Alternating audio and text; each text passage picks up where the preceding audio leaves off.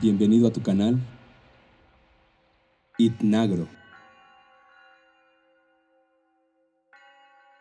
El Príncipe, por Nicolás Maquiavelo. Dedicatoria. Los que desean congraciarse con un príncipe suelen presentársele con aquello que reputan por más precioso entre lo que poseen, o con lo que juzgan más ha de agradarle. De ahí que se vea que muchas veces le son regalados caballos, armas, telas de oro, piedras preciosas y parecidos adornos dignos de su grandeza. Deseando, pues, presentarme ante vuestra magnificencia con algún testimonio de mi sometimiento, no he encontrado entre lo poco que poseo nada que me sea más caro o que tanto estime como el conocimiento de las acciones de los hombres, adquirido gracias a una larga experiencia de las cosas modernas y a un incesante estudio de las antiguas. Acciones que, luego de examinar y meditar durante mucho tiempo y con gran seriedad, he encerrado en un corto volumen que os dirijo. Y aunque juzgo esta obra indigna de vuestra magnificencia, no por eso confío menos en que sabréis aceptarla, considerando que no puedo haceros mejor regalo que poneros en condición de poder entender, en brevísimo tiempo, todo cuanto he aprendido en muchos años y a costa de tantos sinsabores y peligros.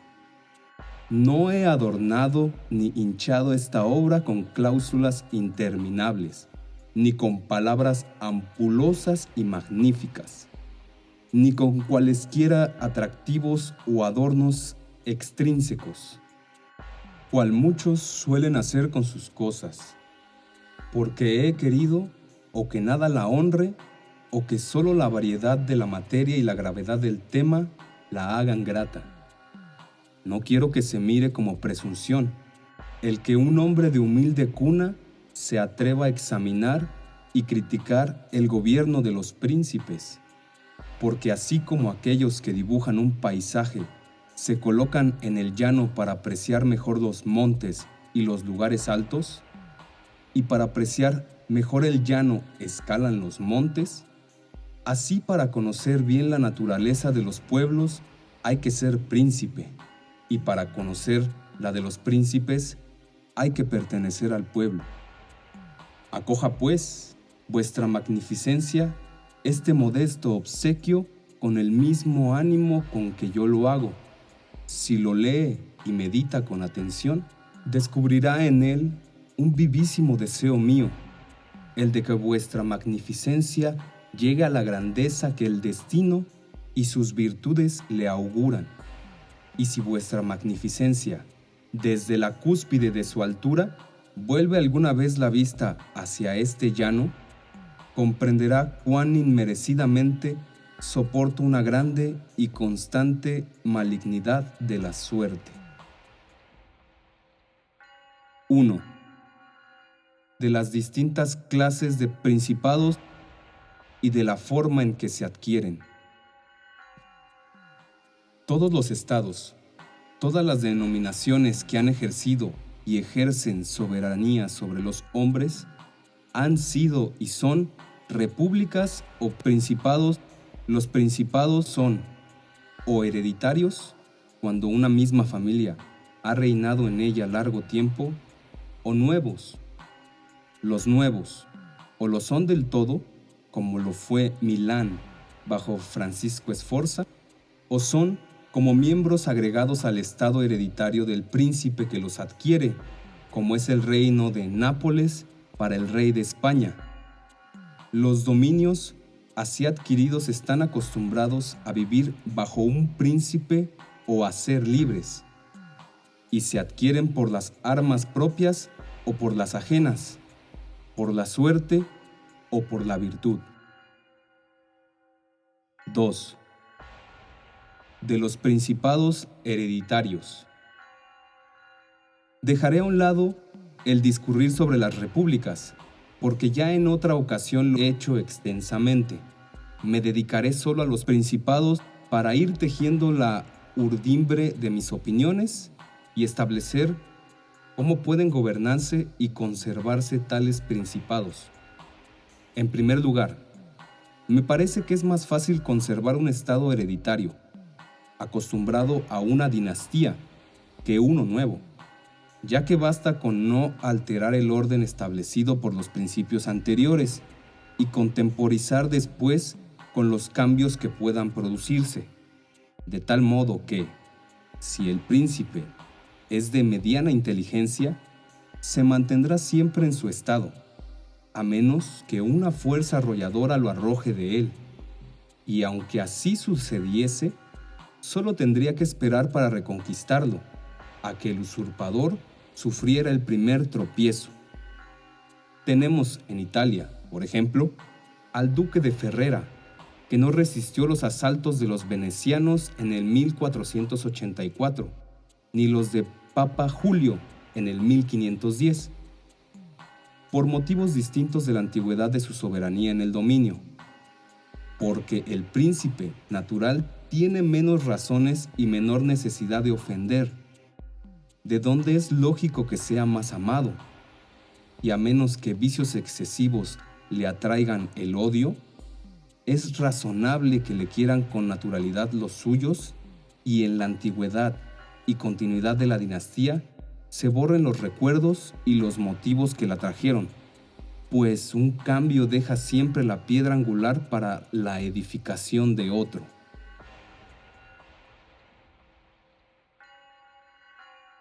3. De los principados mixtos.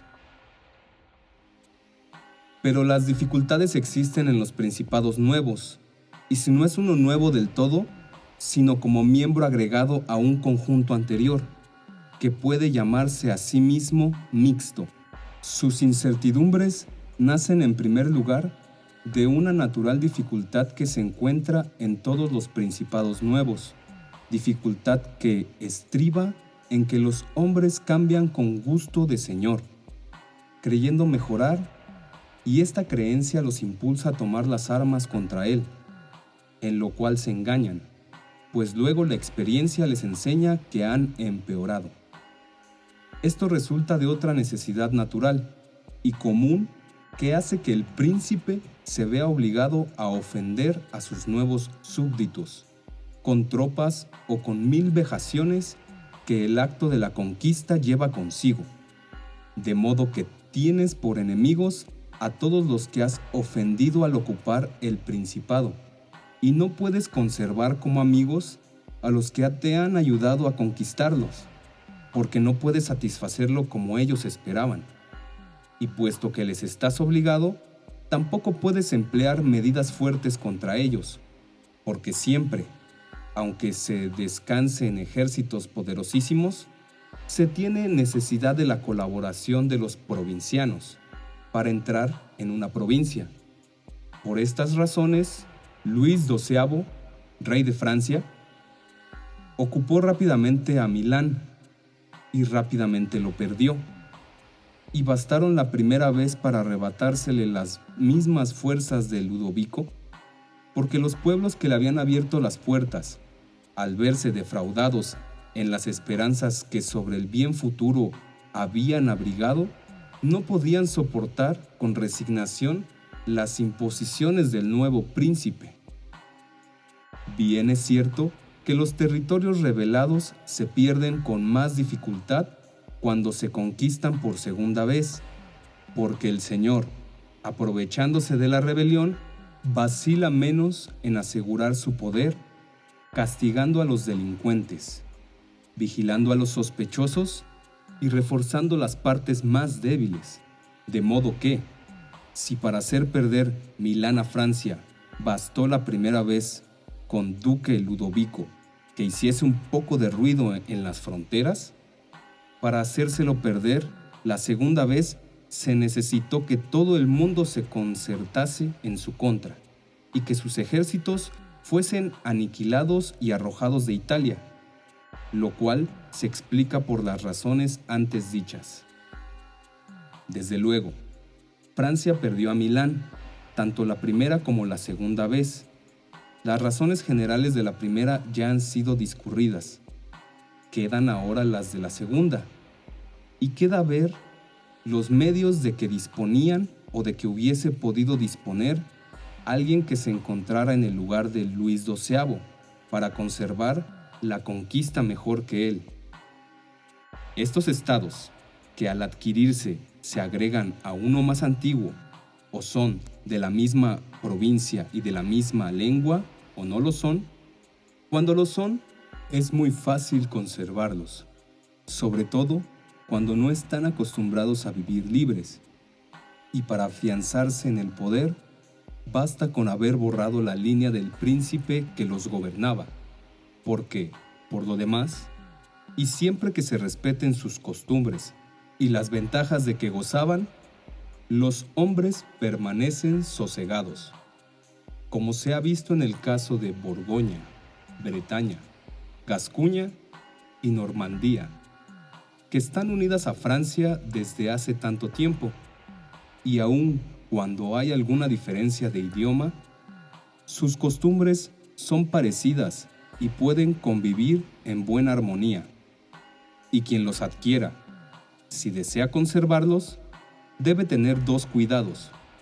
Primero, que la descendencia del anterior príncipe desaparezca. Después, que ni sus leyes ni sus tributos sean alterados. Y se verá que en brevísimo tiempo el principado adquirido pasa a constituir un solo y mismo cuerpo con el principado conquistador. Pero cuando se adquieren estados en una provincia con idioma, costumbres y organización diferentes, surgen entonces las dificultades y se hace precisa mucha suerte y mucha habilidad para conservarlos. Y uno de los mejores y más eficaces remedios sería que la persona que los adquiera fuese a vivir en ellos. Esto haría más segura y más duradera la posesión, como ha hecho el turco con Grecia, ya que, a despecho de todas las disposiciones tomadas para conservar aquel estado, no habría conseguido retenerlo si no hubiese ido a establecerse allí, porque, de esta manera, ven nacer los desórdenes, y se los puede reprimir con prontitud, pero, residiendo en otra parte, se entera uno cuando ya son grandes y no tienen remedio. Además, los representantes del príncipe no pueden saquear la provincia, y los súbditos están más satisfechos porque pueden recurrir a él fácilmente y tienen más oportunidades para amarlo, si quieren ser buenos, y para temerlo, si quieren proceder de otra manera. Los extranjeros que desearán apoderarse del Estado tendrían más respeto, de modo que, habitando en él, solo con muchísima dificultad podrá perderlo. Otro buen remedio es mandar colonias a uno o dos lugares que sean como llaves de aquel estado, porque es preciso hacer esto o mantener numerosas tropas. En las colonias no se gasta mucho, y con esos pocos gastos se las gobierna y conserva, y solo se perjudica a aquellos a quienes se arrebataron los campos y las casas para darlos a los nuevos habitantes, que forman una mínima parte de aquel estado, y como los damnificados son pobres y andan dispersos, jamás pueden significar peligro. Y en cuanto a los demás, como por una parte no tienen motivos para considerarse perjudicados, y por la otra temen incurrir en falta y exponerse a que les suceda lo que a los despojados, se quedan tranquilos. Concluyo que las colonias no cuestan, que son más fieles y entrañan menos peligro, y que los damnificados no pueden causar molestias, porque son pobres y están aislados, como ya he dicho. Ha de notarse, pues, que a los hombres hay que conquistarlos o eliminarlos, porque si se vengan de las ofensas leves, de las graves no pueden. Así que la ofensa que se haga al hombre debe ser tal que le resulte imposible vengarse. Si en vez de las colonias se emplea la ocupación militar, el gasto es mucho mayor, porque el mantenimiento de la guardia absorbe las rentas del Estado y la adquisición se convierte en una pérdida y, además, se perjudica e incomoda a todos con el frecuente cambio del alojamiento de las tropas, incomodidad y perjuicio que todos sufren y por los cuales todos se vuelven enemigos, y son enemigos que deben temerse, aun cuando permanezcan encerrados en sus casas. La ocupación militar es, pues, desde cualquier punto de vista, tan inútil como útiles son las colonias. El príncipe que anexe una provincia de costumbres, lengua y organización distintas a las de la suya, debe también convertirse en paladín y defensor de los vecinos menos poderosos, ingeniarse para debilitar a los de mayor poderío y cuidarse de que, bajo ningún pretexto, entre en su estado un extranjero tan poderoso como él, porque siempre sucede que el recién llegado se pone de parte de aquellos que, por ambición o por miedo, están descontentos de su gobierno, como ya se vio cuando los etolios llamaron a los romanos a Grecia. Los invasores entraron en las demás provincias llamados por sus propios habitantes.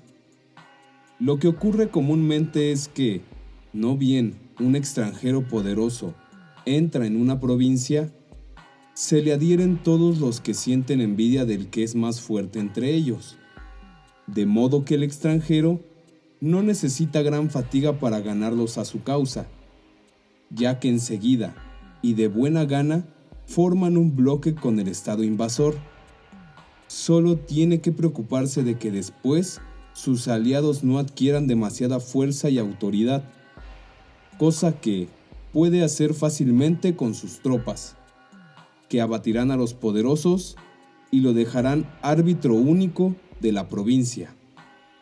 El que, en lo que a esta parte se refiere, no gobierne bien, perderá muy pronto lo que hubiere conquistado, y aun cuando lo conserve, tropezará con infinitas dificultades y obstáculos.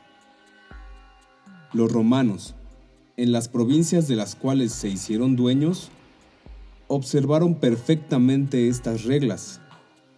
Establecieron colonias, respetaron a los menos poderosos sin aumentar su poder, avasallaron a los poderosos y no permitieron adquirir influencia en el país a los extranjeros poderosos. Y quiero que me baste lo sucedido en la provincia de Grecia como ejemplo. Fueron respetados acayos y etolios. Fue sometido el reino de los macedonios. Fue expulsado Antíoco. Y nunca los méritos que hicieron acayos o etolios los llevaron a permitirles expansión alguna, ni las palabras de Filipo los indujeron a tenerlo como amigo sin someterlo, ni el poder de Antíoco pudo hacer que consintiesen en darle ningún estado en la provincia.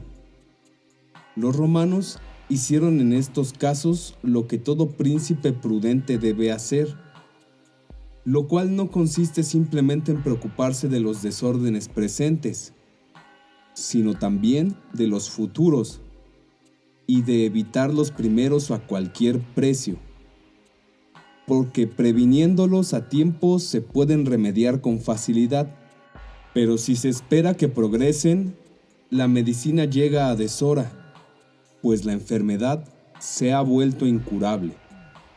Sucede lo que los médicos dicen del tísico, que al principio su mal es difícil reconocer, pero fácil de curar, mientras que, con el transcurso del tiempo, al no haber sido conocido ni atajado, se vuelve fácil de conocer, pero difícil de curar.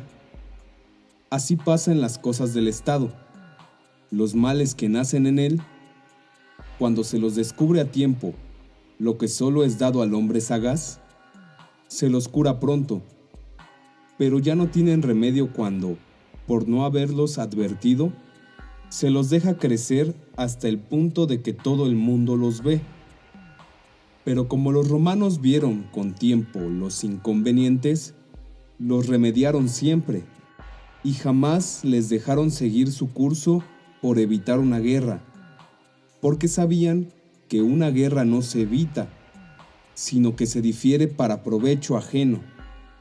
La declaración, pues, a Filipo y Antoquio en Grecia, para no verse obligados a sostenerla en Italia. Y aunque entonces podían evitarla tanto en una como en otra parte, no lo quisieron. Nunca fueron partidarios de ese consejo, que está en boca de todos los sabios de nuestra época. Hay que esperarlo todo del tiempo. Prefirieron confiar en su prudencia y en su valor, no ignorando que el tiempo puede traer cualquier cosa consigo y que puede engendrar tanto el bien como el mal, y tanto el mal como el bien. Pero volvamos a Francia y examinemos si se ha hecho algo de lo dicho. Hablaré no de Carlos, sino de Luis, es decir, de aquel que, por haber dominado más tiempo en Italia, nos ha permitido apreciar mejor su conducta. Y se verá cómo ha hecho lo contrario de lo que debe hacerse para conservar un estado de distinta nacionalidad. El rey Luis fue llevado a Italia por la ambición de los venecianos, que querían, gracias a su intervención, conquistar la mitad de Lombardía. Yo no pretendo censurar la decisión por el rey, porque si tenía el propósito de empezar a introducirse en Italia y carecía de amigos, y todas las puertas se le cerraban a causa de los desmanes del rey Carlos, no podía menos que aceptar las amistades que se le ofrecían, y habría triunfado en su designio si no hubiera cometido error alguno en sus medidas posteriores. Conquistada, pues, la Lombardía, el rey pronto recobró para Francia la reputación que Carlos le había hecho perder. Génova cedió. Los florentinos le brindaron su amistad. El marqués de Mantua, el duque de Ferrara, los Bentivoglio, la señora de Forli, los señores de Faenza de Pesaro, de Rimini, de Camerino y de Piombino, los luqueses, los pisanos y los sieneses, todos trataron de convertirse en sus amigos, y entonces pudieron comprender los venecianos la temeridad de su ocurrencia. Para apoderarse de 2 ciudades de Lombardía, hicieron el rey dueño de las 2/3 partes de Italia. Considérese ahora con qué facilidad el rey podía conservar su influencia en Italia, con tal de haber observado las reglas enunciadas y defendido a sus amigos, que, por ser numerosos y débiles, y temer unos a los venecianos y otros a la Iglesia, estaban siempre necesitados de su apoyo, y por medio de ellos contener sin dificultad a los pocos enemigos grandes que quedaban. Pero pronto obró al revés en Milán, al ayudar al Papa Alejandro para que ocupase la Romaña. No advirtió que con esta medida perdía a sus amigos y a los que se habían puesto bajo su protección, y al par que debilitaba sus propias fuerzas, engrandecía a la Iglesia, añadiendo tanto poder temporal al espiritual, que ya bastante autoridad le daba, y cometido un primer error, hubo que seguir por el mismo camino, y poner fin a la ambición de Alejandro e impedir que se convirtiese en señor de Toscana. se vio obligado a volver a Italia. No le bastó haber engrandecido a la Iglesia y perdido a sus amigos, sino que, para gozar tranquilo del reino de Nápoles, lo compartió con el rey de España, y donde él era antes árbitro único, puso un compañero para que los ambiciosos y descontentos de la provincia tuviesen a quien recurrir, y donde había poder dejado a un rey tributario, llamó a alguien que podía echarlo a él. El ansia de conquista es, sin duda, un sentimiento muy natural y común, y siempre que lo hagan los que pueden, antes serán alabados que censurados. Pero cuando intentan hacerlo a toda costa los que no pueden, la censura es lícita.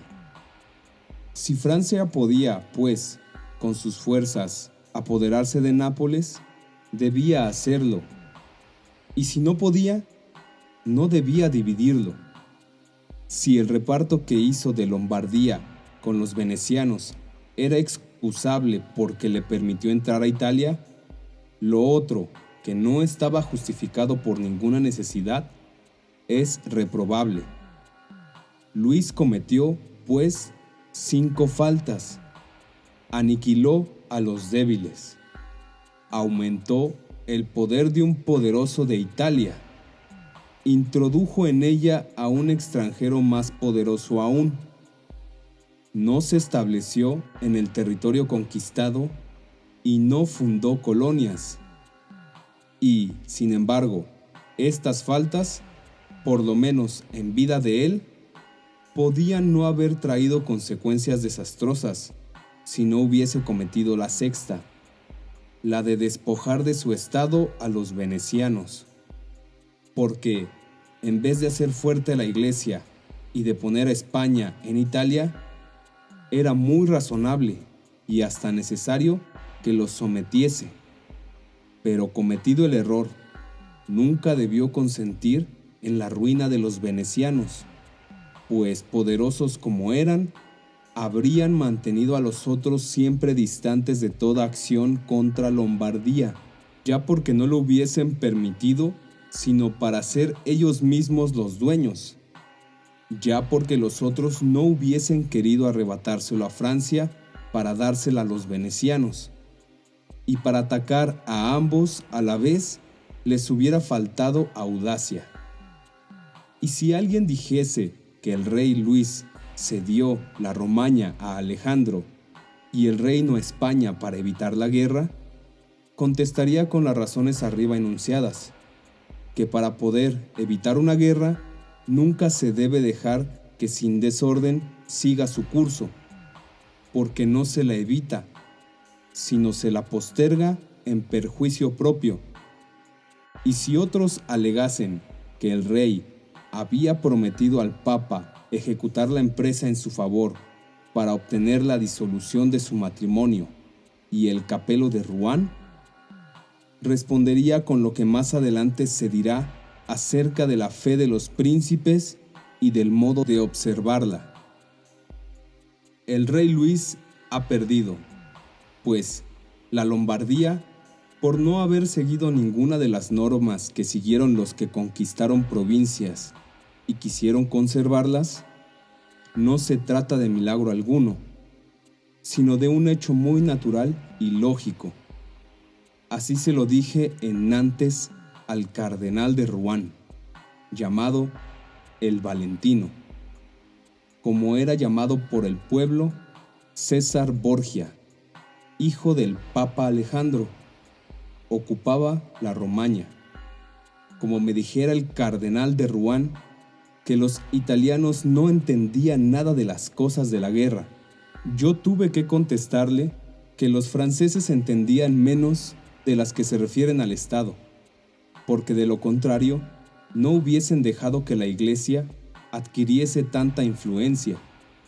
Y ya se ha visto cómo, después de haber contribuido a crear la grandeza de la Iglesia y de España en Italia, Francia fue arruinada por ellas, de lo cual se infiere una regla general que rara vez o nunca falla, que el que ayuda a otro a hacerse poderoso causa su propia ruina, porque es natural que el que se ha vuelto poderoso recele de la misma astucia o de la misma fuerza gracias a las cuales se lo ha ayudado.